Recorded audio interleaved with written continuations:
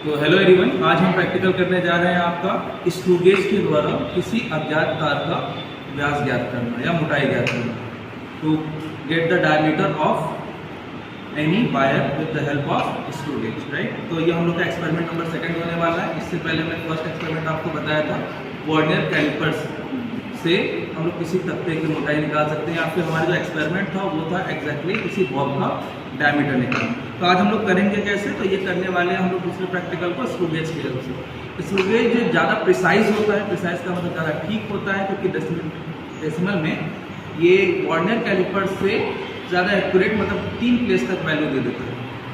ऐसा ये कैसे कर पाता है, तो एक्चुअली इसलिए क्योंकि इसका लिस्ट काउंट जो है वो उससे ज़्यादा कम होता है, वर्नियर कैलिपर से ज़्यादा कम होता है।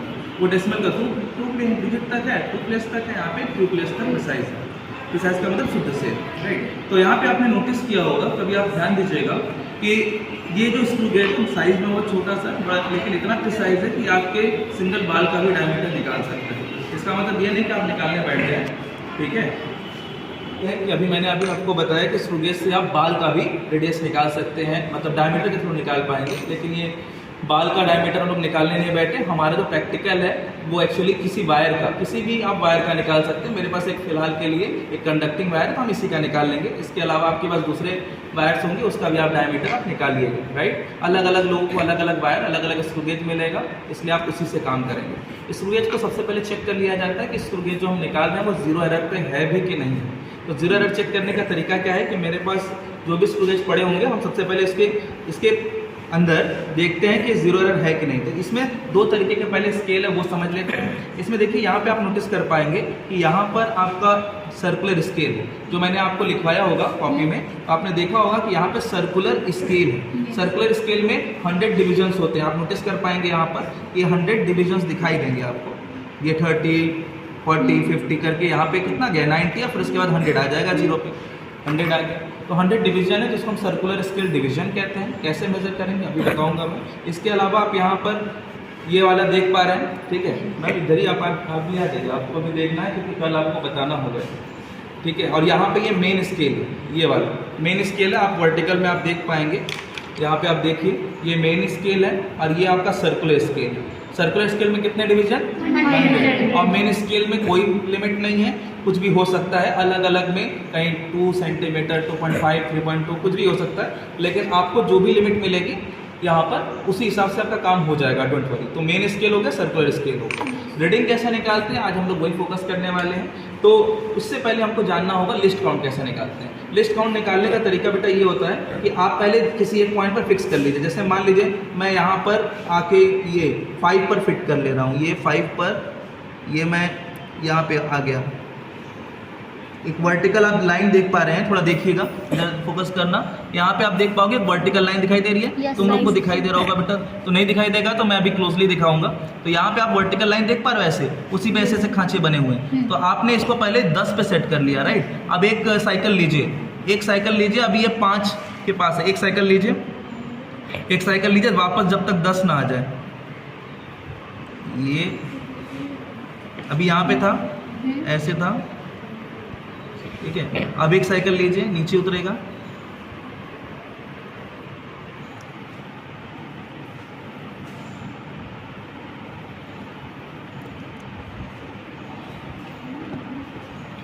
ये हो गया 10 पे वापस सेट कर दिया। अब 5 से थोड़ा एक स्टेप, एक खांचा नीचे उतरा है, एक डिवीजन नीचे उतरा है। अगर दिखाई दे रहा होगा तो ठीक है, जो इधर वाले बच्चे हैं वो देख पा रहे हैं, उधर भी मैं दिखा दूंगा।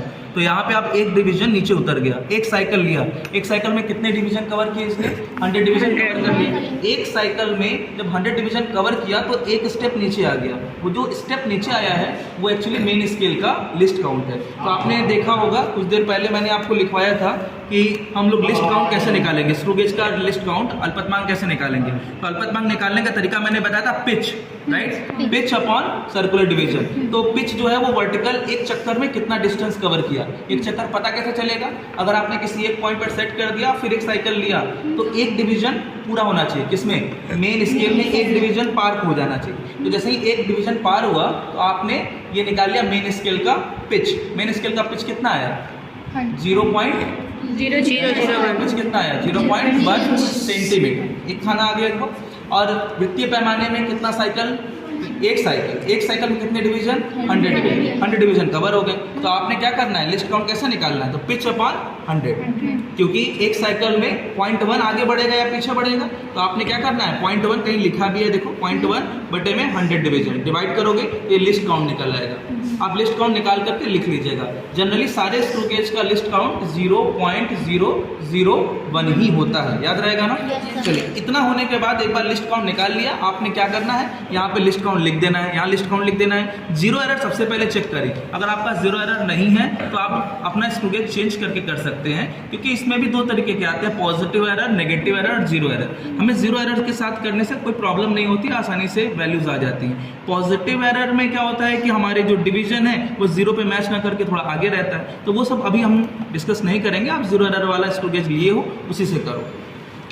इतना होने के बाद अब आप आएंगे यहाँ पे तार के व्यास के लिए सारणी, मतलब तार की थिकनेस के लिए, मोटाई के लिए आप टेबल बना चुके हो। इस टेबल में सबसे मेन होता है 3 बार आपको इसको रिपीट करना है। पहली बार में आपको एक डिवीजन दिखा, मतलब एक कॉलम दिख रहा है MSR का, मेन स्केल रीडिंग का और सर्कुलर स्केल रीडिंग का, और एक दिख रहा है आपका क्या, ये सर्कुलर स्केल डिवीजन है, फिर उसका सर्कुलर स्केल रीडिंग होता है, फिर टोटल आता है। तो उसमें क्या करें, मेन स्केल को और इसको वर्नियर स्केल रीडिंग को ऐड करके फाइनल देना होता है। कैसे निकालना है, जो भी डिवीजन आएगा, डिवीजन कैसे देखना अभी मैं बताने जा रहा हूँ, और डिवीजन को लिस्ट काउंट से मल्टीप्लाई कर देंगे तो आपको वर्नियर का रीडिंग मिल जाएगा, और फाइनली आपको ऐड करके फाइनल रीडिंग दे देना है। मेरी बात क्लियर है? चलिए, अच्छा आगे बढ़ते हैं, देखते हैं कैसे निकालना है। तो मेरे पास एक कोई भी वायर है, रैंडम सा वायर ले लीजिए, और रैंडम सा वायर ले करके आपको क्या करना है, इसके बीच में यहाँ पे लगा हुआ ना जॉ, इस जॉ के बीच में लगा दीजिए, ये दांत के बीच में लगा दीजिए, और लगा करके इसको टाइट करना होता है। तो पहले तो मैं टाइट करता हूँ थोड़ा, ताकि फिट हो जाए। एकदम ज़्यादा टाइट नहीं करता, हल्के हाथ से करेंगे, ये नहीं कि दबा करके चपटा कर दें इसको, ठीक है, मौका मिला है तो बिल्कुल नहीं, गलत बात है। हल्का सा आप इसको टाइट करिए, बीच में रख के हल्का सा टाइट करिए। ये बात ध्यान देना, क्योंकि जब आप किसी और को भी बताओगे, क्योंकि आप लोग को भी किसी को बताना हुआ तो आप यही बताओगे कि इसको लगाइए, हल्के हाथ से टाइट करिए, गिर ना रहा हो तो इसका मतलब सही है। लेकिन ये नहीं कि आप टाइट हो रहा है तो टाइट करते रहें, चपटा हो जाएगा, फिर डायमीटर इधर का अलग होगा, इधर का अलग होगा, ठीक है। तो ये हो गया हमारा टाइट। अब क्या करना है, अब रीडिंग कैसे देखना है, रीडिंग लेने का तरीका मैं बताने जा रहा हूँ, उसको ध्यान से समझिएगा। तो पहले तो हम नोटिस कर पा रहे हैं यहाँ पर ये तो टाइट हो गया। अब यहाँ पर हमारा जो रीडिंग है वो प्रॉपर आया ही नहीं है, मतलब समझ रहे हो, एक भी अच्छे से नहीं आया है। इसके नीचे आओगे ना तो आपको 1 मिलेगा, 0.1 मिलेगा, 0.1 भी अच्छे से नहीं आया है। मैं दिखा दे रहा हूँ आपको,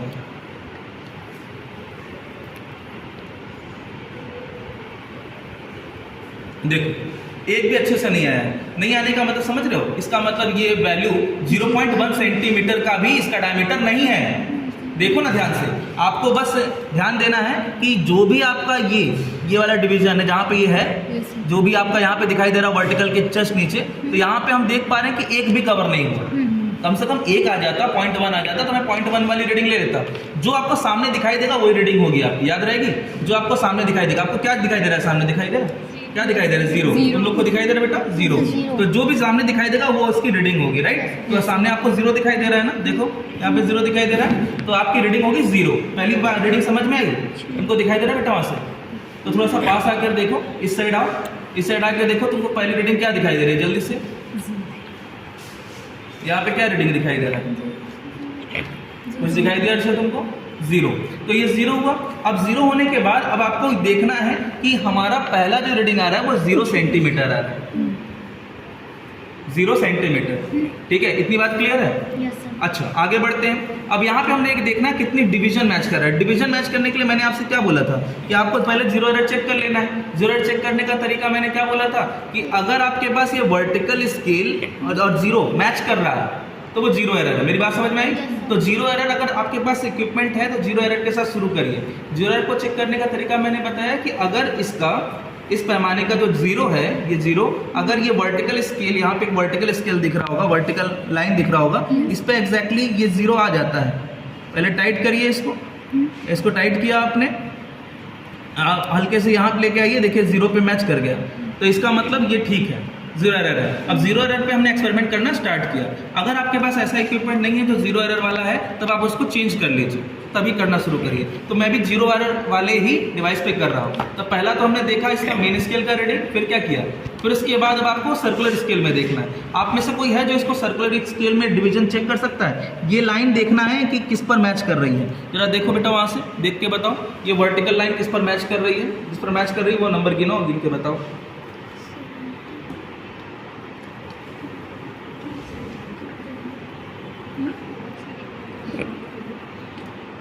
60.8 कितना? 16 कैसे आएगा बेटा? 60 है ना, तो यहाँ पे 60.8, 60.8 नहीं होता, 68 है बेटा। तो 68 वो सर्कुलर डिवीजन है। तो यहाँ पे देखिए बेटा, यहाँ पे आपको सर्कुलर डिवीजन में क्या लिखना है? यहाँ पे सर्कुलर स्केल में लिखना है 68। ये हो गया 68, याद रहेगा 68। मुख्य स्केल में कितना था?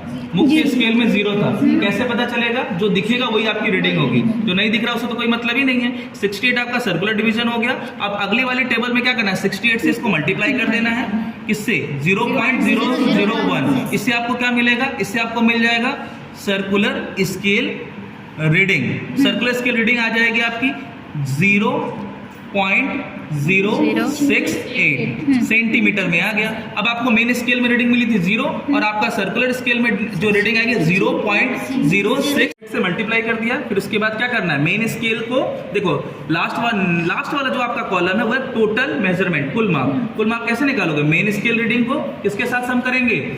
वार्नियर स्केल रीडिंग के साथ या सर्कुलर स्केल रीडिंग के साथ सम करेंगे। तो मेन स्केल रीडिंग को सर्कुलर स्केल रीडिंग के साथ सम कर दीजिए, मतलब वृत्तीय पैमाने की माप के साथ सम कर दीजिए। तो 0 को 0.068 के साथ सम करोगे तो कितना आएगा? तो 0.068 सेंटीमीटर आ गया फाइनल। इसी तरीके से एक बार फिर करेंगे और इस बार आप इसको फिर से रिलीज कर दीजिए और फिर इस बार यही वायर है, इसी वायर को थोड़ा सा घुमा करके फिर लगा दीजिए एक बार, थोड़ा ऐसे घुमा करके, या फिर एक बार आपने ऐसे ले लेना है स्क्रू गेज को उसी वायर पे। फिर वही हल्के हाथ से टाइट करेंगे, हल्के हाथ से टाइट किया, हल्के हाथ से टाइट किया है, दबाना नहीं है, मैंने बार बार बोला आपको। फिर से वही रीडिंग, तो क्या ये बदल जाएगा? फिर से 0 ही दिखाई देगा। तो यहाँ पे मेन स्केल फिर से 0 दिख गया। अब की बार सर्कुलर स्केल डिवीजन की वैल्यू कुछ चेंज हुई होगी। इस बार मैं फिर से चाहूंगा कि इस बार अब ये डिवीजन कोई देख ले, तुम उसको दे दो, उधर भी थोड़ा देख ले बेटा, कितना स्केल का डिवीजन आ रहा है। वो लाइन होगी, वर्टिकल लाइन उस पर मैच कर रही होगी, गिनना, वो सही से गिन के बताओ बेटा कितना आ रहा है।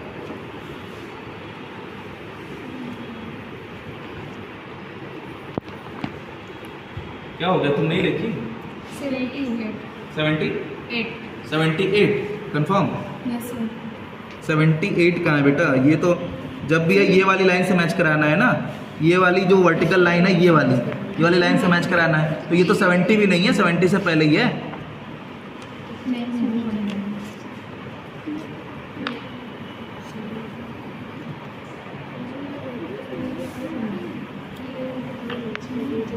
इस बारी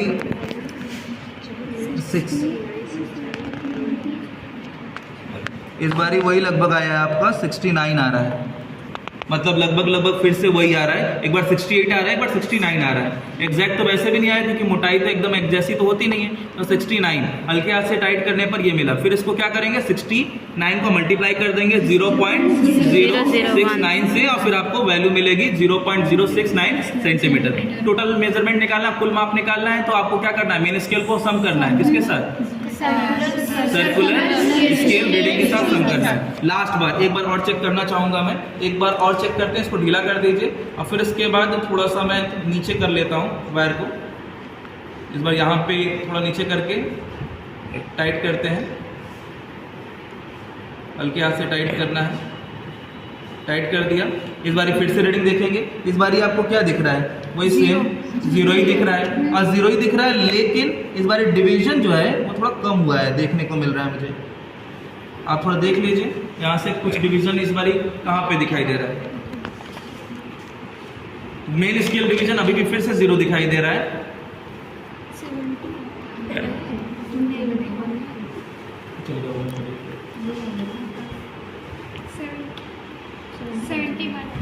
कंफर्म? वो लाइन एकदम मैच कर रही है। देख लो नंदिनी तुम भी एग्जैक्टली वो लाइन एग्जैक्टली मैच करनी चाहिए उस सामने वाली। 71 है, यस सर। तो यहाँ पे 71 ले रहा हूँ मैं, बहुत ही प्रिसाइज वैल्यू आ रही है। 71 को इंटू 0.071 मल्टीप्लाई किया तो आपको ये मिलेगा 0.071 सेंटीमीटर, राइट। इन दोनों को, ये हो गया आपका वार्नियर स्केल की रीडिंग, ये हो गया सॉरी सर्कुलर स्केल की रीडिंग, ये हो गया बेटा मेन स्केल की रीडिंग, दोनों को सम कर दीजिए 0.071। अभी आपको मिला, एक मिला D1 पहला मेजरमेंट, दूसरा मिला D2, तीसरा मिला D3। अब आपको क्या करना है, ये औसत निकालना है, एवरेज। एवरेज कैसे निकालते हैं, पहला मेजरमेंट पहला थिकनेस प्लस दूसरा थिकनेस और तीसरा थिकनेस सम करके 3 से डिवाइड कर दीजिए, आपको मेजरमेंट मिल जाएगा औसत डायमीटर। औसत डायमीटर आपका मेन प्रोजेक्ट था। फाइनली आपको रिजल्ट जो है वो डेसिमल के 3 प्लेस तक देना है, और डेसिमल के 3 प्लेस तक जो भी वैल्यू आएगी उसको आप बाद में रिजल्ट में लिख देंगे कि एक्सपेरिमेंटली हमको किसी वायर की मोटाई थिकनेस जो है वो इतना मिला। फिर उसके बाद प्रिकॉशंस लिख दीजिए, आपका एक्सपेरिमेंट कंप्लीट होता है। ठीक है, समझ में आया, कर लोगे, इसको ध्यान से करिएगा। ध्यान देना, जो आपको मेन स्केल में दिखाई दे वही मेन रीडिंग होगी, राइट। तो बस, थैंक यू।